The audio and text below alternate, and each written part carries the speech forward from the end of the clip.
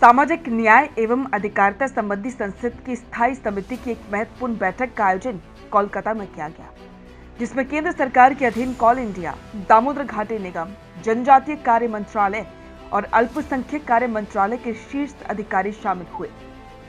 इस बैठक में अनुसूचित जनजाति, अनुसूचित जाति और दिव्यांगजनों के आरक्षण की स्थिति के साथ साथ कॉर्पोरेट सोशल रिस्पॉन्सिबिलिटी फंड की क्रियान्वयन की गहराई से समीक्षा की गई। इस विशेष बैठक में राजस्थान के बांसवाड़ा से लोकसभा सांसद और भारत आदिवासी पार्टी के लोकप्रिय जनप्रतिनिधि राजकुमार रोत भी शामिल हुए। उन्होंने न केवल इसमें भाग लिया बल्कि बहुत ही सटीक और ठोस सवालों के साथ समिति के एजेंडे को मजबूती दी। बैठक के दौरान राजकुमार रोत ने एससी, एसटी और दिव्यांगजनों के संवैधानिक अधिकारों की जमीनी स्थिति पर सवाल किया।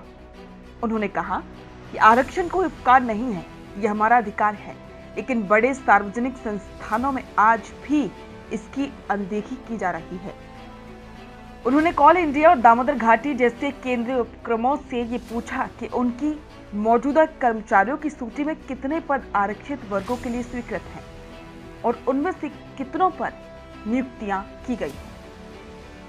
राजकुमार रोत ने सीएसआर यानी कि कॉर्पोरेट सोशल रिस्पॉन्सिबिलिटी फंड के इस्तेमाल पर भी सवाल उठाए। उन्होंने अधिकारियों से पूछा कि आखिरकार ये फंड किन क्षेत्रों में, किन समुदाय के लिए और किस प्रकार उपयोग में लाया जा रहा है। उन्होंने कहा कि कई बार देखा गया है कि सीएसआर फंड का बड़ा हिस्सा शहरी और अपेक्षाकृत संपन्न क्षेत्रों में खर्च कर दिया जाता है, जबकि आदिवासी और पिछड़े इलाकों की जरूरतों की अनदेखी की जाती है। जब कंपनियां जनजातीय क्षेत्रों में संसाधन निकाल रही हैं, तो उनका पहला कर्तव्य बनता है कि वे उन्हीं समुदायों के विकास में निवेश करें। बैठक में दिव्यांगजनों के लिए आरक्षण की स्थिति और उनके लिए चलाई जा रही योजनाओं पर भी विस्तार से चर्चा हुई। राजकुमार रोत ने इस मुद्दे पर कहा कि समाज के इस वर्ग को आज भी बुनियादी सुविधाओं और रोजगार के अवसरों में उचित प्रतिनिधित्व नहीं मिल पा रहा है। उन्होंने सुझाव दिया कि सीएसआर के तहत दिव्यांगजनों के लिए विशेष स्किल डेवलपमेंट प्रोग्राम, स्कूलों में सहायक सुविधाएं और स्वास्थ्य केंद्रों में विशेष सेवाएं शुरू की जाए।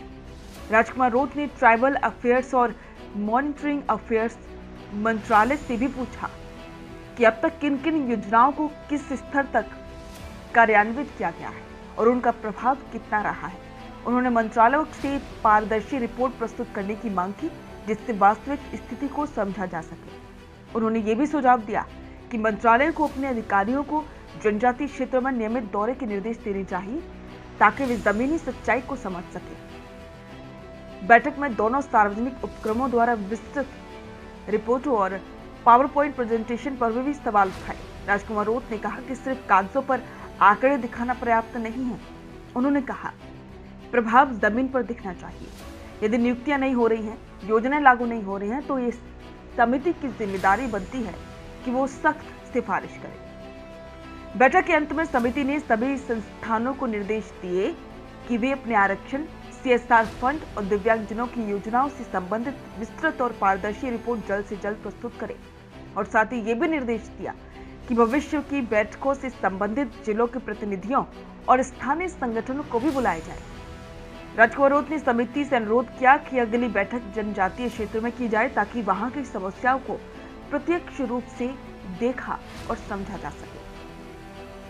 कोलकाता में आयोजित यह बैठक सिर्फ औपचारिकता नहीं बल्कि सामाजिक न्याय की दिशा में एक महत्वपूर्ण कदम साबित हुई।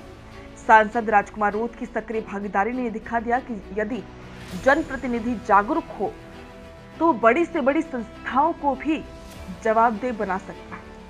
आज जब देश सामाजिक समरसता की ओर बढ़ रहा है, ऐसे में राजकुमार रोत जैसे नेताओं की आवाज जरूरी है, जो हाशिए पर खड़े लोगों के अधिकारों के लिए आवाज बुलंद कर रहे हैं।